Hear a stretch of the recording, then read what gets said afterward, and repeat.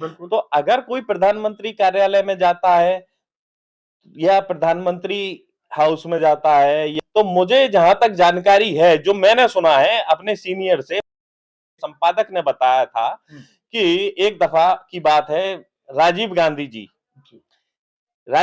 जी उस समय प्रधानमंत्री थे और अयोध्या आंदोलन अपने चरम पर था।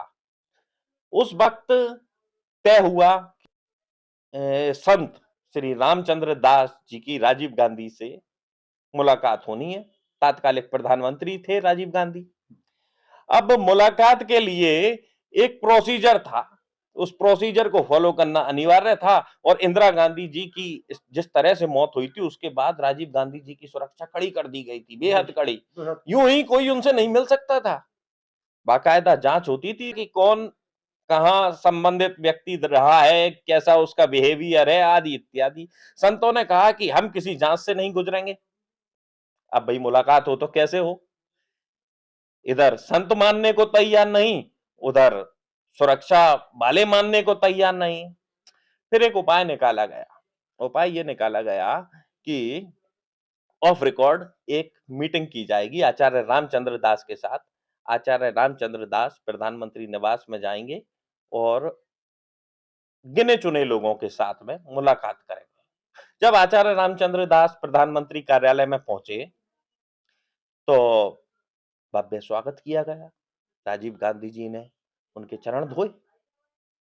राजीव गांधी जी के बारे में जबकि धारणा यह थी कि वो तो हिंदूवादी नहीं है उस समय भी एक धारणा प्रबल बनाई गई थी। और राजीव गांधी जी ने उनके चरण धोए और उनकी सेवा की। कहा कि प्रभु आपको कोटि कोटि प्रणाम।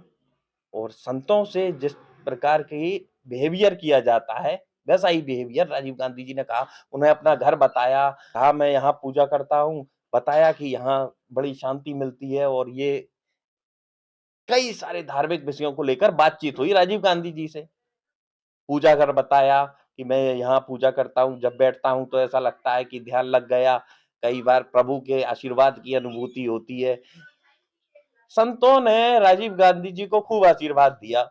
साथ ही ये भी कहा कि आप मंदिर बनवा दीजिए अयोध्या में। राजीव गांधी जी ने उत्तर दिया कि इच्छा राजीव गांधी की भी यही है कि अयोध्या में मंदिर बने, लेकिन देश का प्रधानमंत्री ऐसा नहीं सोच सकता।